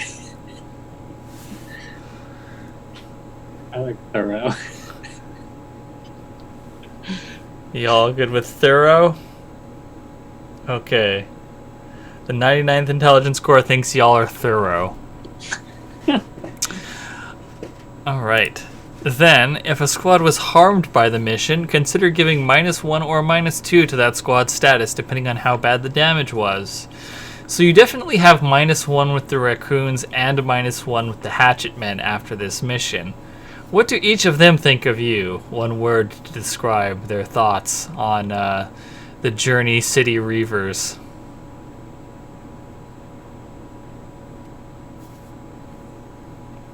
Chaotic.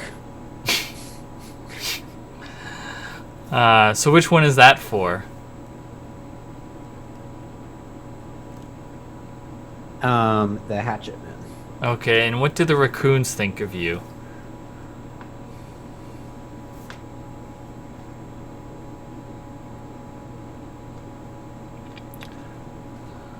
Is it good or bad? It would be something bad, yeah, because they don't like you because you killed their ace pilot and blew up some of their jeeps and interfered with their quote-unquote salvage mission. Lawless? That could work. Yeah, lawless or maybe like honorless. Maybe it's a matter of honor to them. Okay, so the raccoons think you're honorless and the hatchet men think you're chaotic. Alright, so now we adjust the trust of the faction targeted by the mission. So, was important infrastructure damaged? No. Was a VIP killed?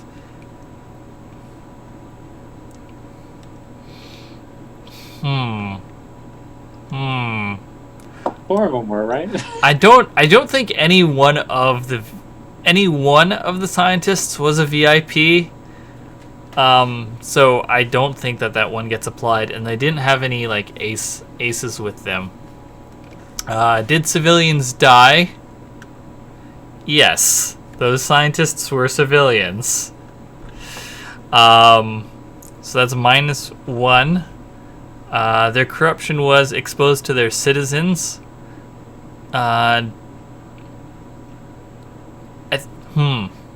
Okay, here's a question.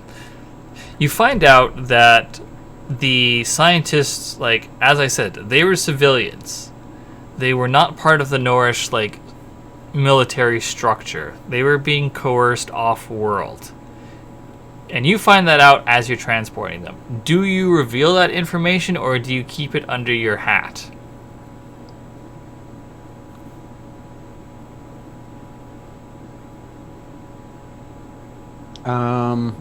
I think the person who's most at risk of revealing it would be Bruiser, right? Because he's got the conscience. But I think he's not going to. At least not to the public. He'll reveal it to our people.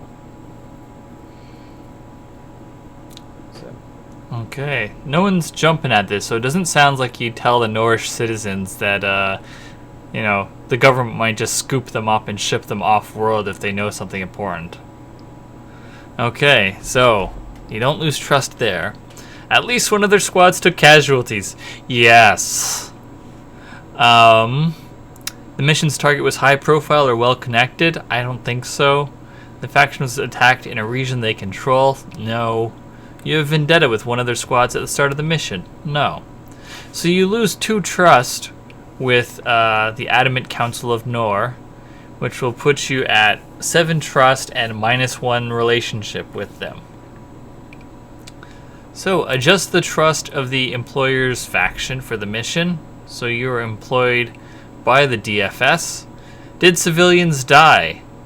Yes, we established that. That's -1. Was the ROE broken? No. You didn't intentionally people died, civilians died, but it was not like you shot them yourselves or threatened to do so. Was important infrastructure damaged that was not the mission's target? No. Was a squad that was not the mission's target and belongs to the employer harmed? No. The mission was successful. Trust equal to double the target's tier, minimum 1. That puts you at +1 because the target was tier 1. At least 1 secondary objective was completed. No, you did not manage to get the package out unharmed. And you have vendetta with one of the squads at the start of the mission. No. So you get +1 trust with your patron. Woo! That's not enough to increase your relationship with your patron just yet. And now we have the separate for trust questions for the patron, because it is possible to work for a faction other than your own patron. So, was another faction aided? No. Were the patron's interests harmed? Also no. So that doesn't change anything. Okay.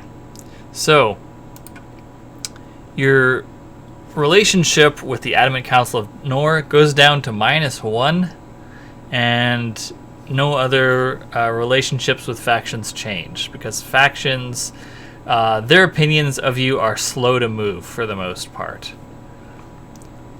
Okay. Next up, entanglements. So, entanglements are things that happen to the squad because life and the war are unfair and random, and sometimes bad shit just happens. So, you roll on a table that is determined by what your relationship is with the faction that you just targeted with your last mission. So that's at -1, so you're going to be rolling on table B. And you roll a number of dice equal to 3 minus the squad's relationship with their patron. Your relationship is 0, so you're rolling 3 dice. So, who wants to roll 3 dice for this entanglement? I'll roll 3 dice. Okay. To be clear, high is generally worse. And you're taking the highest dice. Highest die. 6. Okay. Oh, sorry, you said the highest die. Yeah. That's 6. Yeah. Okay, so the entanglement you get is requisition. So, a cohort, squad upgrade, or acquired asset is requisitioned by another squad. Give up the item, take +2 trust with that squad's patron faction, bribe the caller with personnel equal to your tier +3, try to hide the object or fight back and lose 1 status with the squad and their faction. So, who is coming to take something from you? Like requisitioning something from you? Oh, I know what it is. So the 99th Intelligence Corps, the people you just worked for, are like, we need your testing facility, because we've got these scientists who know some things, but they need testing facilities to put them to work. Hand it over. So, do you want to give up your testing facility and lose it, but get +2 trust with the DFS? Or do you want to bribe them to look the other way and give them personnel equal to your tier +3, which will be 3 personnel points, which is all the personnel points you have? Or do you want to try to hide or fight back against them taking your testing facility and lose 1 status with the 99th Intelligence Corps and 1 status with your faction? That's not trust, that is relationship. So you'll be at -1 with your patron. So, what's the squad's plan when the 99th come calling? I think we should just give them the testing facility. Yeah, you hand it over. They come into the research lab and just start wheeling out all of the computers. We're still tier 0, we'll get it back. Later. Yeah, okay. So, goodbye testing facility. But that also means that you get 2 more trust with your with the DFS. But they like you a little bit more now. Not enough that they know who you are, but it's better than it was.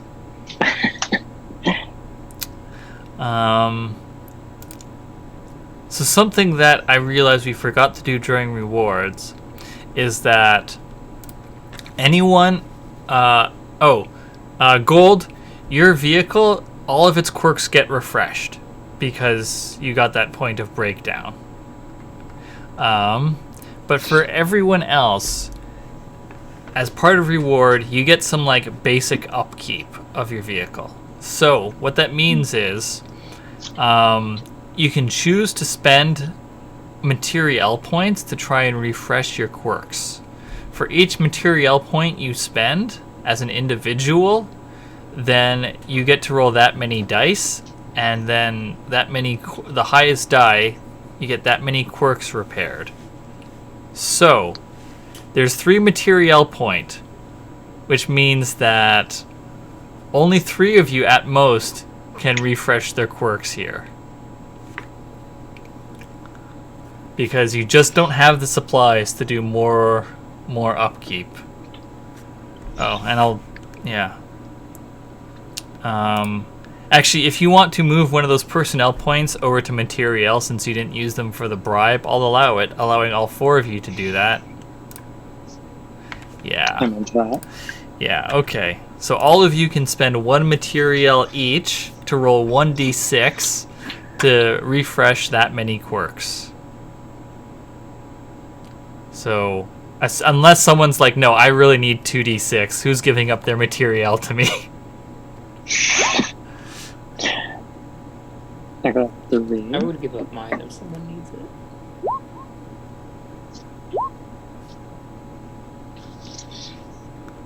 Huh? Okay, so Mirror refreshes 3 quirks, Vela refreshes 5, Bruiser refreshes 5, and Phantom refreshes 2. There you go. I think that probably refreshes everyone's quirks, right, Phantom? Unless you have 1 spent still. Okay. So, that is all of the completed mission stuff. The game would now go into downtime. We are at the 4-hour limit for this stream. But I just wanted to let y'all know like what sorts of things you can do during downtime. So you can acquire assets, get new stuff for yourselves on temporary basis. You can collect, which is basically you sort of collect quote-unquote taxes from a region for more supply points.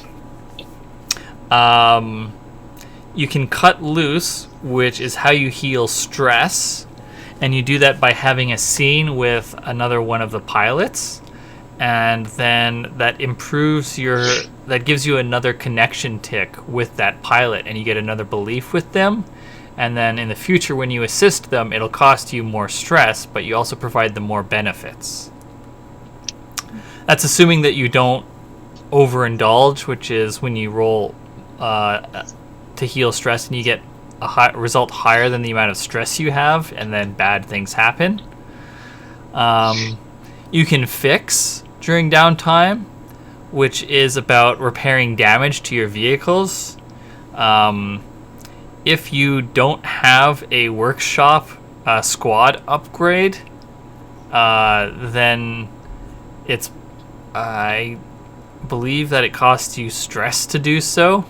Yeah, it costs 2 stress to repair your vehicle if you lack the proper equipment in the form of a workshop. And y'all don't have a workshop.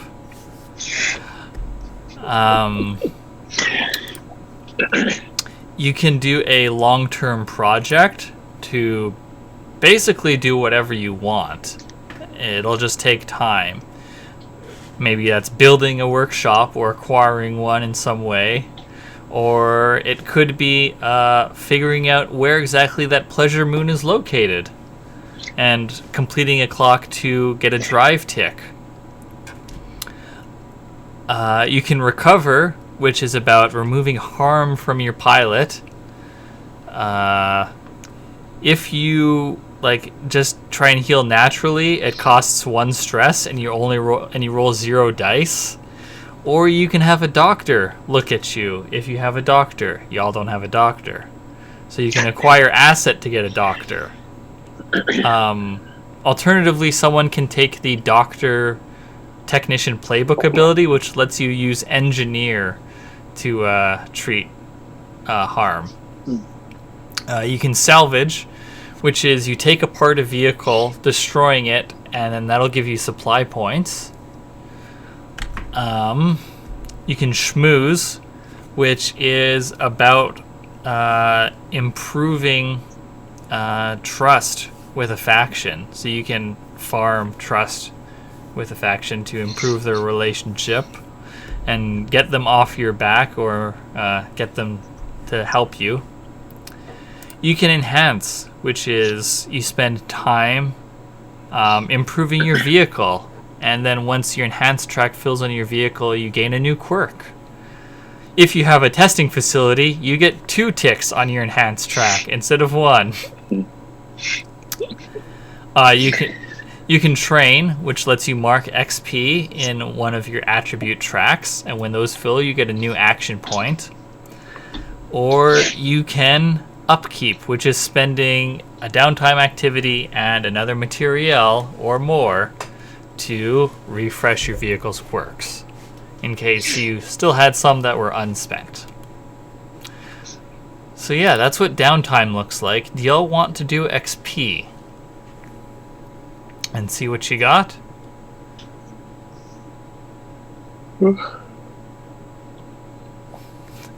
Yes, no, I'm that's... okay with it.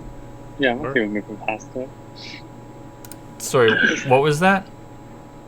I was saying I'm okay skipping it. Okay, so yeah, we won't bother with XP then, unless someone feels strongly. And that means that the session is done. So I'm going to take us back to the talk screen, which is I'm going to have to quickly fix.